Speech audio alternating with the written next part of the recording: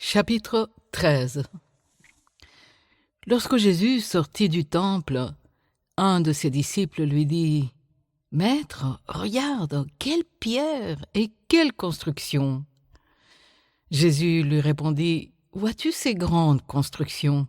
Il ne restera pas pierre sur pierre qui ne soit renversée. » Il s'assit sur la montagne des Oliviers en face du temple, et Pierre, Jacques, Jean et André lui posèrent en particulier cette question. « Dis-nous, quand cela arrivera-t-il ? Et à quel signe connaîtra-t-on que toutes ces choses vont s'accomplir ?»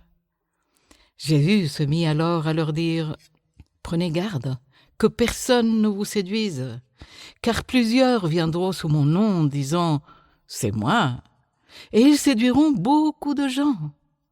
Comme vous entendrez parler de guerre et de bruit de guerre, ne soyez pas troublés, car il faut que ces choses arrivent. Mais ce ne sera pas encore la fin. Une nation s'élèvera contre une nation et un royaume contre un royaume. Il y aura des tremblements de terre en divers lieux, il y aura des famines. Ce ne sera que le commencement des douleurs. Prenez garde à vous-même, on vous livrera aux tribunaux et vous serez battus de verges dans les synagogues. Vous comparaîtrez devant des gouverneurs et devant des rois à cause de moi pour leur servir de témoignage. Il faut premièrement que la bonne nouvelle soit prêchée à toutes les nations. Quand on vous amènera pour vous livrer, ne vous inquiétez pas d'avance de ce que vous aurez à dire, mais dites ce qui vous sera donné à l'heure même, car ce ne sera pas vous qui parlerez, mais l'Esprit Saint. Le frère livrera son frère à la mort, et le père son enfant. Les enfants se soulèveront contre leurs parents et les feront mourir. Vous serez haïs de tous à cause de mon nom, mais celui qui persévérera jusqu'à la fin sera sauvé. Lorsque vous verrez l'abomination de la désolation établie là où elle ne doit pas être, que celui qui lit fasse attention. Alors que ceux qui seront en Judée fuient dans les montagnes, que celui qui sera sur le toit ne descend pas et n'entre pas pour prendre quelque chose dans sa maison, et que celui qui sera dans les champs ne retourne pas en arrière pour prendre son manteau. Malheur aux femmes qui seront enceintes et à celles qui allaiteront en ce jour-là. Priez pour que ces choses n'arrivent pas en hiver, car la détresse en ces jours sera telle qu'il n'y en a point eu de semblable depuis le commencement du monde que Dieu a créé jusqu'à présent, et qu'il n'y en aura jamais.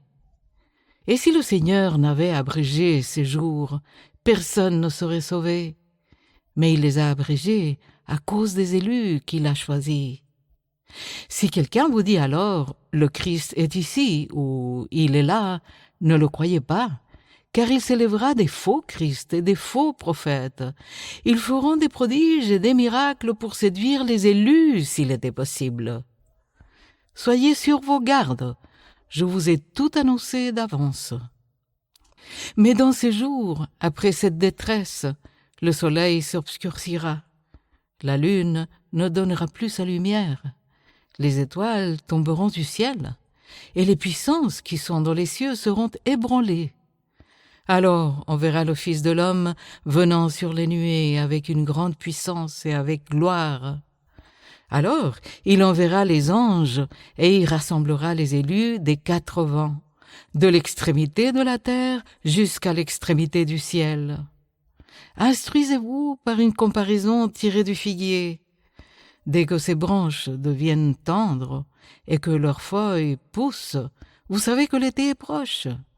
De même, quand vous verrez ces choses arriver, sachez que le Fils de l'homme est proche, à la porte. Je vous le dis en vérité, cette génération ne passera point que tout cela n'arrive. Le ciel et la terre passeront, mais mes paroles ne passeront point. Pour ce qui est du jour ou de l'heure, personne ne le sait, ni les anges dans le ciel, ni le Fils, mais le Père seul. Prenez garde, veillez et priez, car vous ne savez quand ce temps viendra.